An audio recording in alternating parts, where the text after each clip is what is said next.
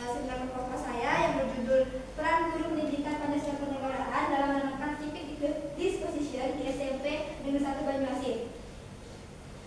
Yang pertama yaitu latar belakang, di mana dalam era ini banyak leluhur yang tergerus oleh pengaruh negatif dari luar. Guru dituntut untuk menjadi teladan yang baik dan memberikan contoh nyata yang berbuat sehari-hari. Melalui pendekatan yang integratif dan partisipatif, guru dapat mengembangkan civic disposition siswa seperti rasa tanggung jawab sosial, kepedulian terhadap lingkungan, dan kemampuan untuk bekerja sama dalam masyarakat. Hal ini sejalan dengan tujuan pendidikan nasional untuk menciptakan generasi yang tidak hanya cerdas secara akademis, tetapi juga memiliki karakter yang kuat dan mampu berkontribusi positif bagi bangsa.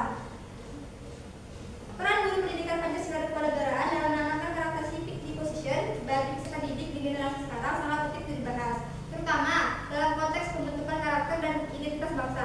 Di tengah tantangan globalisasi dan perkembangan teknologi yang pesat, generasi muda ataupun peserta didik muda sekarang perlu memiliki pemahaman yang kuat tentang nilai-nilai Pancasila yang menjadi dasar negara Indonesia.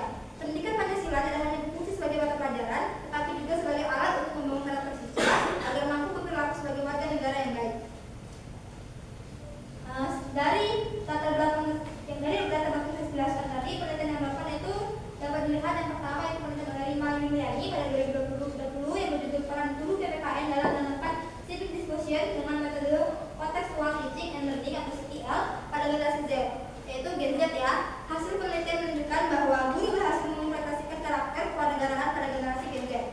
Lalu yang kedua, penelitian oleh Yudi Nugraha yang dilakukan oleh 2004 yang berjudul Peran Guru Pendidikan Pancasila dan Kewarganegaraan sebagai motivator dalam meningkatkan civic disposition bagi peserta di kelas 12 di SMA Negeri 1 Rawamangun, di mana hasil penelitian Peran Guru Pendidikan Pancasila dan Kewarganegaraan sebagai motivator berhasil dalam meningkatkan civic disposition bagi peserta didik kelas 11 di SMA Negeri 1 Rawamangun, di mana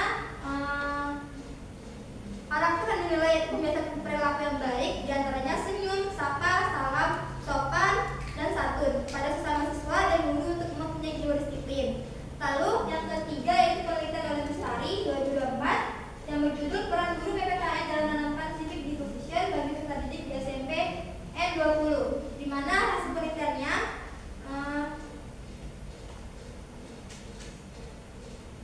penanaman civic disposition bagi peserta didik di SMP N20 Mataram, guru PPKN sangat berperan penting, di mana penanaman civic disposition bagi peserta didik dapat dilakukan dengan memberikan materi-materi yang berkaitan dengan civic disposition, baik itu melalui pelajaran di dalam kelas maupun ekstrakurikuler. Dari yang saya jelaskan dari hasil penelitian relevan dan latar belakang, saya merumuskan masalah dengan rumusan masalah yaitu bagaimana peran guru PPKN dalam menanamkan civic disposition pada peserta didik di SMP Negeri 1 Banyuasin 3. Dengan tujuan penelitian untuk mengetahui peran guru pendidikan Pancasila dan kewarganegaraan dalam menanamkan civic disposition bagi peserta didik di SMP Negeri 1 Banyuasin 3. Lalu manfaat penelitian. Secara teoritis, penelitian ini diharapkan dapat memberikan kontribusi dalam ilmuwan mengenai penanaman civic disposition dalam pembelajaran pendidikan dan kewarganegaraan.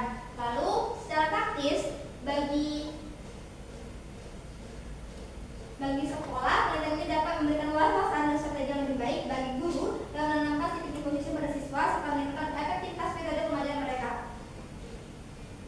Lalu bagi guru, dengan manfaat penelitiannya yaitu memahami peran guru dengan metode yang digunakan siswa diharapkan dapat lebih aktif dan bertanggung jawab dalam partisipasi di masyarakat, sehingga meningkatkan kualitas civic disposition peserta didik sendiri.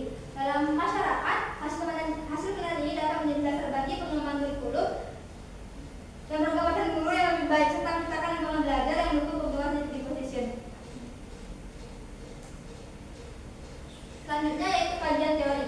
Apa itu civic disposition? Civic disposition adalah karakteristik pribadi yang diperlukan untuk menjadi warga negara yang aktif, bertanggung jawab dan berkomitmen terhadap prinsip-prinsip demokrasi tersebut. Istilah ini mencakup sikap dan perilaku bertanggung jawab sosial, toleransi, keadilan, rasa hormat terhadap hak asasi manusia, dan kemampuan bekerja sama dalam komunitas yang beragam. Teorinya yaitu teori demokrasi and education yang disampaikan oleh John Dewey yang menekankan bahwa pendidikan adalah cara utama untuk menjadikan warga negara yang aktif dan bertanggung jawab. Dewey berpendapat bahwa disposisi masyarakat harus ditanamkan melalui pengalaman belajar yang relevan. Ia meningkatkan bahwa siswa harus terlibat dalam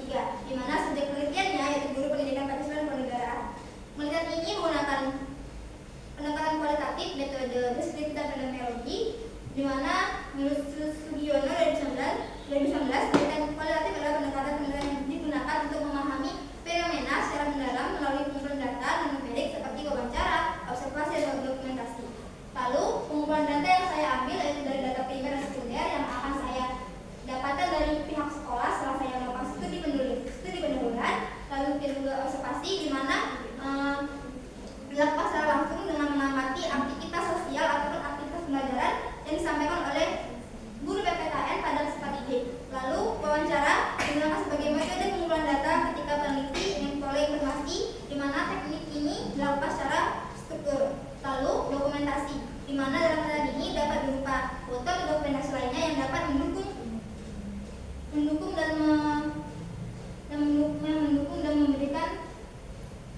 dan memberikan data yang benar. Lalu metode penelitian itu teknik analisis data. Yang pertama itu definisi data, di mana saya menilai informasi yang dianggap penting dan mengabaikan data yang tidak relevan. Yang kedua yaitu penyajian data, yang ketiga verifikasi, serta yang terakhir yaitu triangulasi data. Dan baiklah dari yang saya sampaikan tadi,